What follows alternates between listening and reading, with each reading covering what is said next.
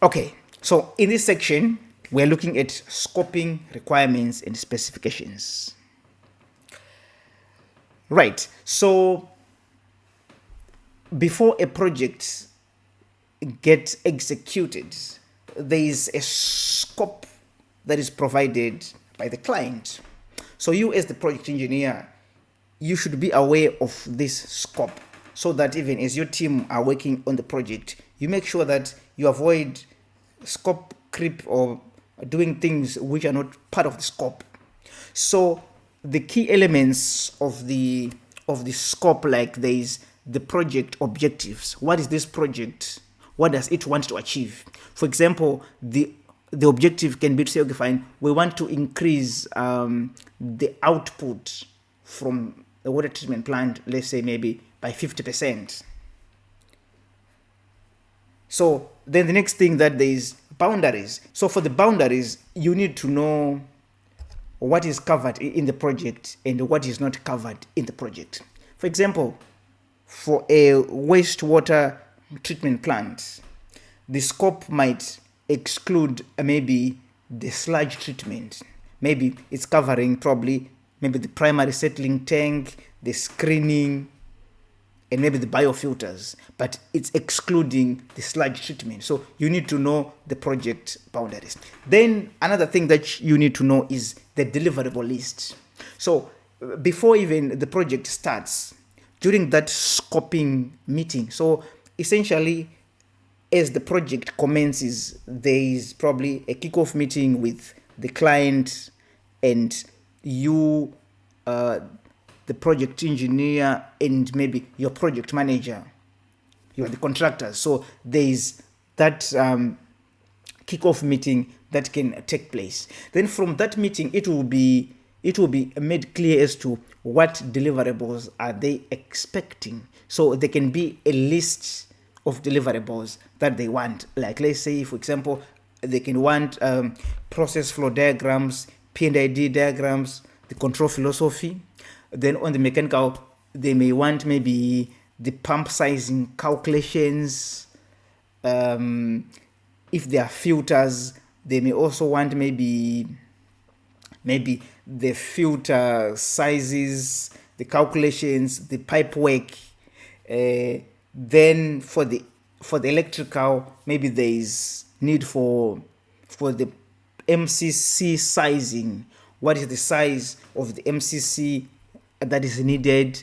And if there is maybe a new building that is being proposed, that building size and the layout, so that's a drawing. And then there will be other drawings like the site layout drawings, if there are pipe works, the pipe route drawings, and also even the general arrangement showing all the process units and how these can be connected.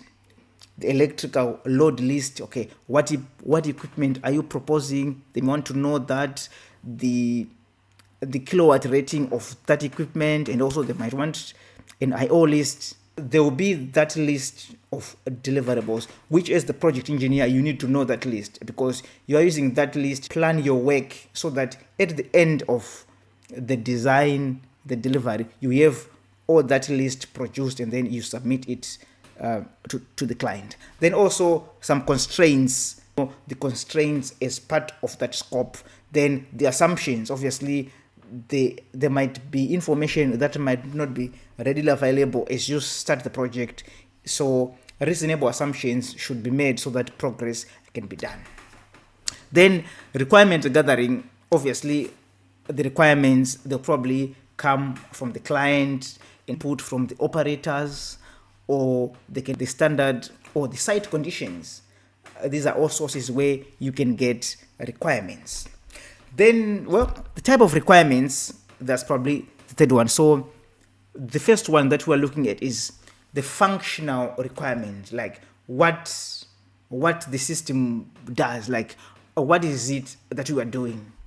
Is it a pH correction? Is it a disinfection? Is it filtration? Or what are we trying to do? Then performance. So this is where we have got parameters like the flow, the pressure, the efficiency. So this can actually be specified that, okay, fine, for the flow rate, we want it to be like this, whether it's maybe the flow in maybe in the pipes, the inlet or the outlet, that can be specified differently. So you need to check those requirements from the specifications. Then for safety, there are things that can be in explosive atmospheres. A HAZOP, there can be some recommendation to say, okay, fine. So for this plant, to make it more safe, change this into that, put these interlocks, and so on and so forth. Then for the environmental, there can be emissions and discharge limits. Then so you need to know those. So that's another source of requirements. Then the operation, so the ease of maintenance. So as you are looking at these requirements, you can also get these requirements from the operators. They want whatever you are going to deliver to be easy to operate.